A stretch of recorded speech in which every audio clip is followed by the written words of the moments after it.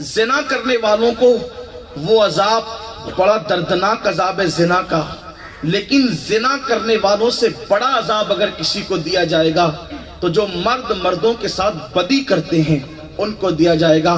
میرے آقا علیہ السلام فرمایا نعرہ رسالت، گلشن مدینہ کانفرنس، علماء اہل سنت، انجمن گلشن نوری، انجمن گلشن نوری، روک دو تلوار دنیا کو قضا آ جائے گی، آج جنگ پر ساری مخلوق خدا آ جائے گی، منتظر جنت ہے، جنت میں چلے آؤ حسین، ورنہ جنت چل کے خود ہی کربلا آ جائے گی۔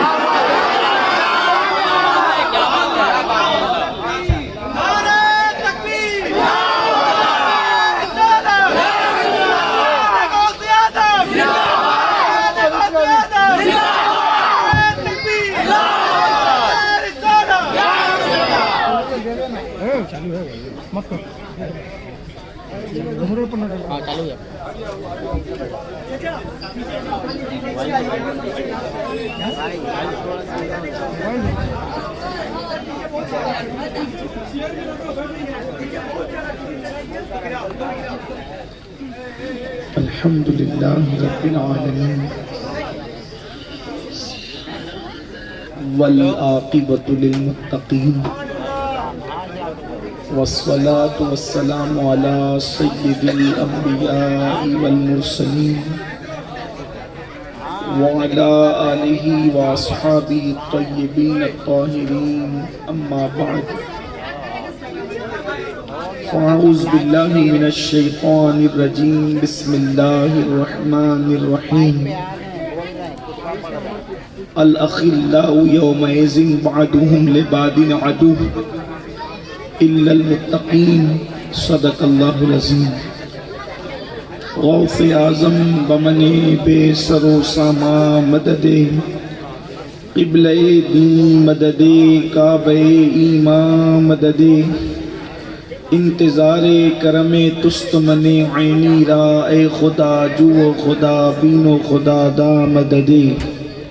بگیرداب بلا افتاد کشتی، ضعیفان و شکستہ رات پشتی، بحق کے خواجہ عثمان ہارون، مدد کن یا معین الدین چشتی، مدد کن یا معین الدین چشتی، مدد کن یا معین الدین چشتی۔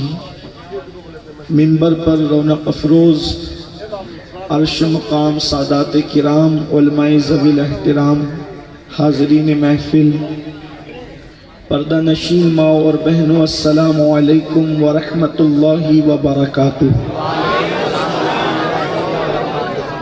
انتہائی احترام و عقیدت کے ساتھ اپنے اور ساری کائنات کی مرکز عقیدت، انیس بے کساں چارہ ساز درد منداں، ہم غریبوں کے غم گسار، ہم فقیروں کی ثروت، شہر یار ارم، تاجدار حرم، نوبہار شفاعت، شب اسرا کے دولہا، نوشہ بزم جنت، دانائے سبل، مولائے کل ختم الرسل، خسرو خوباں، سیاح لامکاں، وجہ کن فکاں، در اللہ المکنون، سر اللہ المخزون، عالم ما کانا وما یکون، آب و گل انبیاء، جان و دل اصفیاء، مطلع ہر سعادت، مقطع ہر سیادت، خلاصہ کائنات، فخر موجودات، حضور احمد مجتبی محمد مصطفیٰ، ارواحنا فدا صلی اللہ تعالی علیہ وآلہ وصحبہ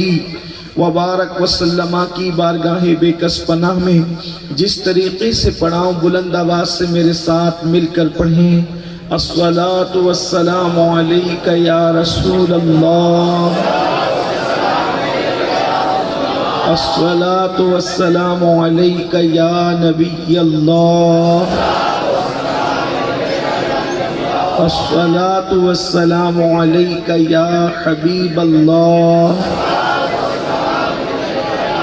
وعلی آلک و اصحابک یا نور اللہ، صلی اللہ تعالی علیہ وسلم۔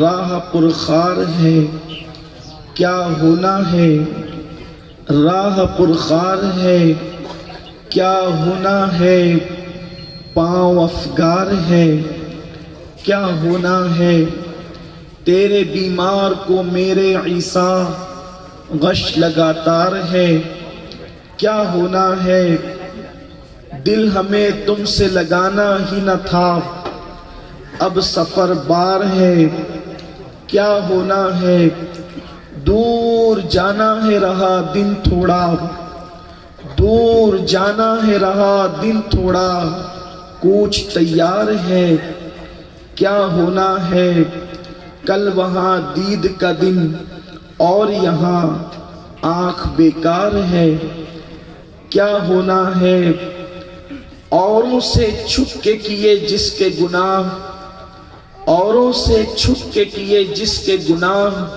وہ خبردار ہے کیا ہونا ہے، وہ خبردار ہے کیا ہونا ہے، اور کیوں رضا کڑتے ہو ہنستے اٹھو، کیوں رضا کڑتے ہو ہنستے اٹھو، جب وہ غفار ہے کیا ہونا ہے، جب وہ غفار ہے کیا ہونا ہے۔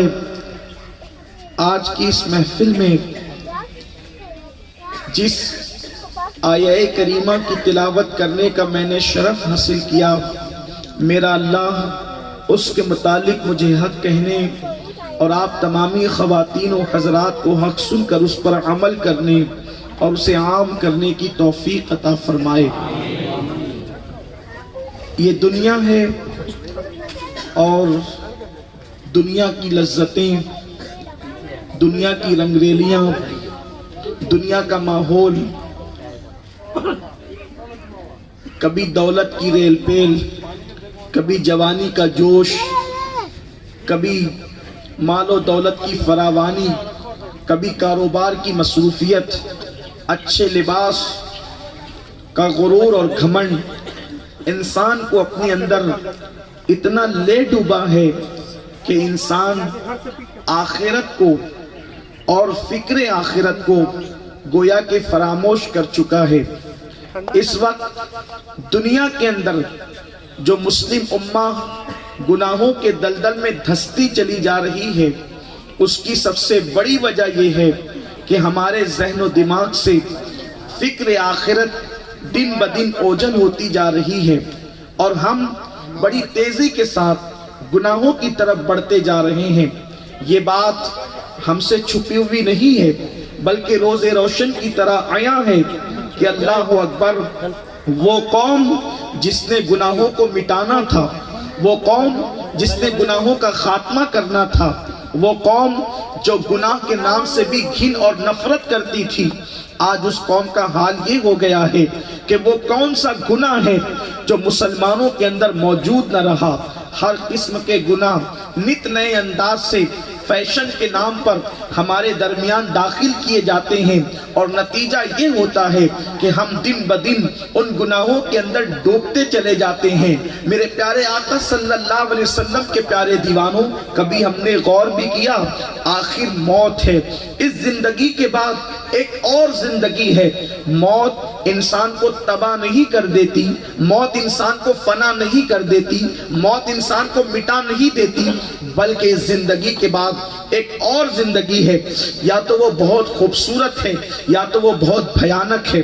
اگر انسان آخرت کی تیاری کر لے، کسی بہت بڑے بزرگ نے یہ کہا تھا، ہم اس جہان میں جو آئے ہیں اس جہان کی تیاری کرنے کے لیے آئے ہیں، یعنی کہ انسان اس زمین کے اوپر بحیثیت کسان آیا ہے۔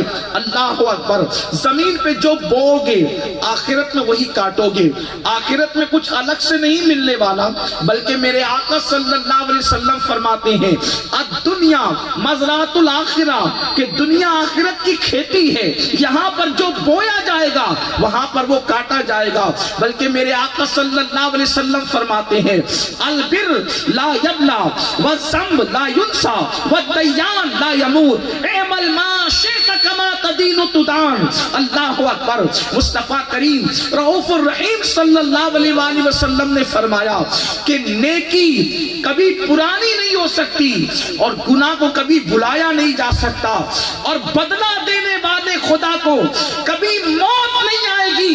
جیسا کرو گے ویسا ہی پاؤ گے. یہاں جو کچھ بھی کر رہے ہو وہاں پر وہی پانا ہے. میرے پیارے آقا صلی اللہ علیہ وسلم کے پیارے دیوانوں، جوانی کے نشے میں ڈوب کر اللہ کے غضب کو دعوت دینے والی قوم، دولت کے نشے میں ڈوب کر خدا کے غضب کو دعوت دینے والی قوم، کبھی یہ تصور بھی کیا ایک دن جسم کا رشتہ روح سے ٹوٹ جائے گا؟ ہزاروں میتوں کو اپنی نگاہوں کے سامنے قبر کی تاریکی میں جاتا دیکھنے کے باوجود بھی کبھی ہم نے سوچا آج اس قبر میں کسی اور کو لٹایا جا رہا ہے، کل ہمیں بھی لٹایا جائے گا، اور اس کے بعد ایک میدان ہوگا جسے میدان محشر کہتے ہیں، قیامت کا دن کہتے ہیں، یوم حساب کہتے ہیں. میرا اللہ قرآن میں فرماتا ہے اَيَحْسَبُ الْإِنسَانُ أَن يُتْرَكَ سُدًى، کیا انسان یہ تصور کرتا ہے کہ اللہ اس کو حساب لیے بغیر چھوڑ دے گا؟ نہیں نہیں، اللہ ہم سے حساب لے گا اور کس شان سے لے گا. قرآن کہتا ہے فَمَن يَعْمَلْ مِثْقَالَ ذَرَّةٍ خَيْرًا يَرَهُ وَمَن يَعْمَلْ مِثْقَالَ ذَرَّةٍ شَرًّا يَرَهُ. ایک ذرے کے برابر نیکی کی ہوگی اللہ اسے بھی دکھائے گا، ایک ذرے کے برابر پاپ اور بدی کی ہوگی اللہ اسے بھی دکھائے گا. اندازہ تو کریں اللہ اکبر، وہ یوم حساب کیسا ہے، وہ قیامت کا دن کیسا ہے جب میرے اللہ کی عدالت لگی ہوگی اور اس وقت لوگوں کو کٹھیرے میں کھڑا کر کے ان کے اعمال کے بارے میں پوچھا جائے گا. اس دن کا نقشہ قرآن مقدس یوں کھینچتا نظر آتا ہے الاخلاء یومئذ بعضهم لبعض عدو. دنیا میں جتنے تمہارے دوست ہیں، کون سے دوست؟ قرآن اخلاء کہتا ہے، خلیل کی جمع پکے اور گہرے دوست. جو تمہارے گہرے دوست ہیں قیامت کے دن وہ تمہارے دشمن بن جائیں گے. یہ دوست جو تمہیں کبھی تاش کے پتوں کی طرف لے جاتے ہیں، یہ دوست جو تمہیں کبھی شراب کے اڈوں کی طرف لے جاتے ہیں، یہ دوست جو تمہیں کبھی بدفعلی اور بدکاری کی طرف لے جاتے ہیں، یہ دوست جو تمہیں بیلا پھسلا کر سنیما گھروں کی طرف لے جاتے ہیں، یہ آج بھی دوست نہیں ہے. اس لیے کہ دوست کی پہچان یہ ہے جب تو خدا کو بھول جائے تو وہ تجھے خدا کی یاد دلائے. سچا دوست اسے کہتے ہیں. گناہوں کی اڈوں کی طرف لے جانے کی بجائے وہ تجھے خدا خانے کی طرف لے جائے، سچا دوست اسے کہتے ہیں. یہ دوست نہیں بلکہ دشمن ہیں، اور قیامت کے دن یہ دوست تمہارے دشمن ہو جائیں گے. اللہ اکبر. میدان محشر کا نقشہ اللہ اللہ کیسے کھینچا گیا ہے اور کس انداز سے کھینچا گیا ہے. قرآن میدان محشر کا نقشہ یوں کھینچتا ہے یوم یقوم الروح والملائکہ صفا لا یتکلمون الا من اذن. قیامت کا دن وہ دن ہوگا جس دن ہم سے حساب لیا جائے گا. ایک صحابی نے پوچھا تھا کہ یا رسول اللہ صلی اللہ علیہ وآلہ وسلم، اللہ ہم سے کیا کیا پوچھے گا اور کیا کیا ہم سے حساب لیا جائے گا؟ تو میرے آقا صلی اللہ علیہ وآلہ وسلم نے فرمایا اگر تم نے اپنے ناخن سے کسی کی دیوار کو کھرچا ہوگا تو تمہارے ناخن کے اندر جو مٹی آئی ہوگی اللہ اس مٹی کے بارے میں بھی تم سے سوال فرمائے گا. رات کی تاریکی کو پاپ میں گزارنے والے، دن کے اجالے میں بے حیائیوں کے ساتھ گناہ کرنے والے کیا تصور کرتے ہیں کہ اللہ نعمت دے کر کے معاذ اللہ ہمیں بھول گیا ہے؟ نہیں نہیں، قدرت بھولنے سے پاک ہے. جو نعمت دینا جانتی ہے قدرت، وہ نعمت چھیننا بھی جانتی ہے. اور ایک دن یوم حساب ہے. یاد رکھنا میری قوم کے جوانوں، اے سرکار مدینہ کانفرنس میں آنے والوں، میرے اور آپ کے جسم میں اتنی طاقت ہے ہی نہیں کہ ہم اللہ کے عذاب کو برداشت کر سکیں۔ خدا کے لیے اپنے نرم و نازک جسم پر اتنا ظلم مت کرو، اس قدر گناہوں کا بوجھ اپنے وجود پر مت ڈالو، اس لیے کہ میرے اللہ نے جو ایک گناہ کا عذاب تیار کر رکھا ہے، اگر ایک گناہ کا ایک عذاب اللہ سارے انسانوں کے وجود پر ڈال دے تو پورے انسان مل کر بھی میرے اللہ کے ایک عذاب کو برداشت نہیں کر سکتے۔ آپ اندازہ کریں، جب اللہ کے ایک عذاب کو ساری دنیا کے انسان مل کر بھی اٹھانے اور برداشت کرنے کی طاقت نہیں رکھتے، اللہ اکبر، تو ہمارے ہزاروں جرائم کے ہزاروں عذابات کو ہم اپنے نازک سے وجود پر کیسے اٹھا سکیں گے؟ اے میری قوم کے جوان، اپنے حال پر رحم تو کر، اپنے وجود پر رحم تو کر۔ اتنا کمزور جسم رکھتے ہیں کہ مکھی اور مچھر کے ڈنک کو بھی ہم برداشت کرنے کی طاقت نہیں رکھتے۔ جو قوم مکھی اور مچھر کے ڈنک کو برداشت نہ کر سکے، وہ جہنم کے عذاب کو کیسے برداشت کر سکیں گے؟ اور پھر میدان محشر جو حساب کا دن ہے، جو یوم حساب ہے، اللہ اللہ، میرے آقا صلی اللہ علیہ وسلم کے غلاموں، کتنے غافل ہیں ہم، کتنے جرائم میں ڈوبے ہیں ہم۔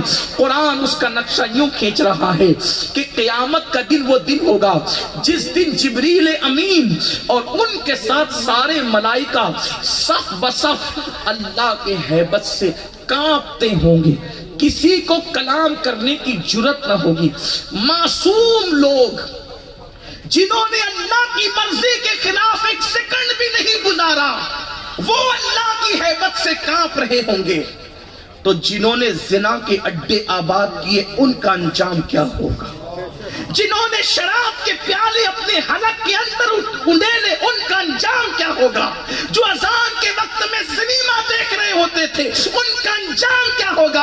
اگر کوئی کافر اور مشرک جرائم کرے، ہمیں حیرت نہیں ہوتی، لیکن وہ قوم گناہ کیسے کر رہی ہے جس کو مرنے کے بعد اللہ کی بارگاہ میں جواب دینے پر یقین بھی ہے، ایمان بھی ہے، میدان محشر پر ایمان لانے والی قوم آخر اتنے جرائم کے معاملے میں بے باک کیسی ہے؟ اور آؤ میں آپ کو بتاؤں، اگر یہ فکر دل و دماغ میں بھر گئی ہے کہ ہمیں فلاں بچائیں گے اور فلاں بچائیں گے، واللہ ہم شفاعت کے قائل ہیں، اور اس حدیث پر بھی ہمارا ایمان ہے، شفاعتی لأہل الکبائر من امتی، کہ میری شفاعت میری امت کے بڑے گنہگاروں کے لیے ہے۔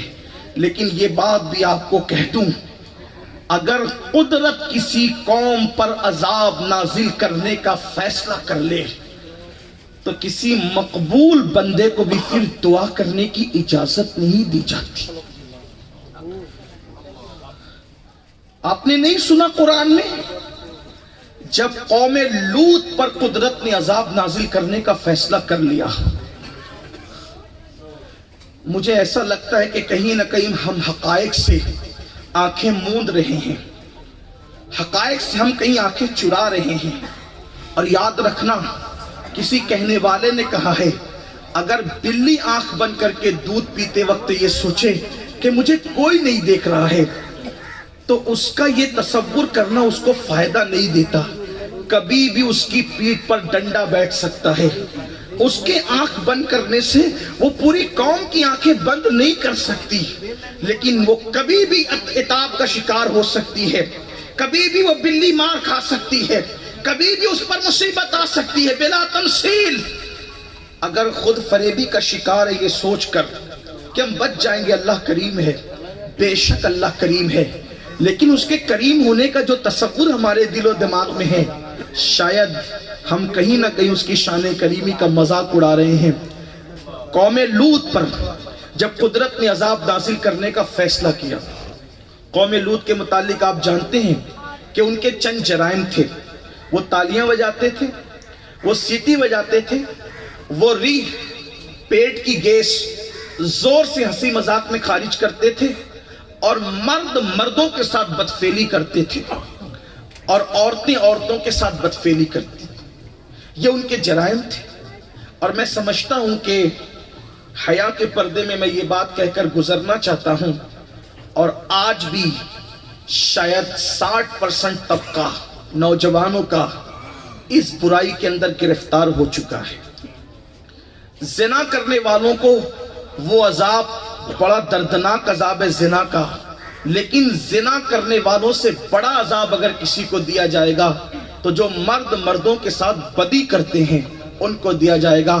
میرے آقا علیہ السلام فرماتے ہیں جو مردوں کے ساتھ بدی کرتے ہیں بلکہ اس نیت سے کسی کا چہرہ دیکھتے ہیں، اس بندے پر ایک دن میں اللہ 36 مرتبہ لعنت فرماتا ہے.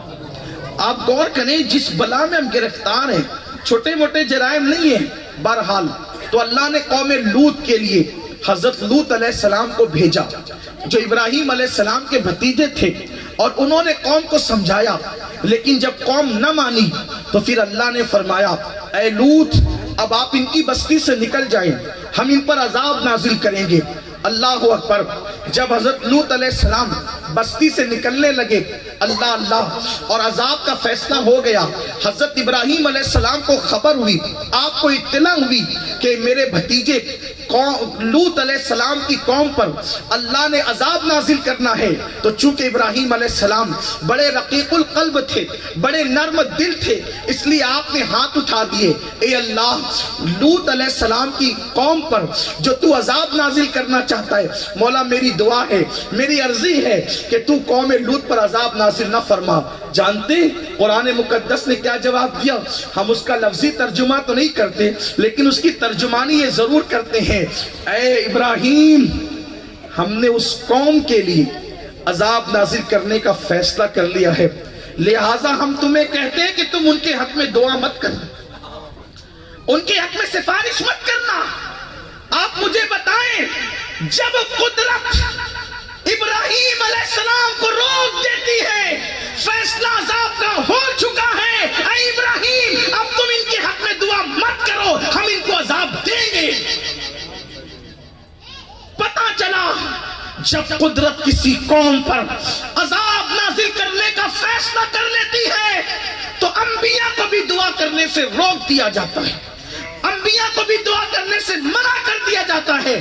اب میں آپ سے پوچھنا چاہتا ہوں کس بلا کی میں سے ہے سرشار ہم؟ دن ڈھلا ہوتے نہیں ہوشیار ہم، جرائم پہ جرائم کرتے جا رہے ہیں اور پھر سوچتے ہیں کہ فلاں بچائیں گے اور فلاں بچائیں گے.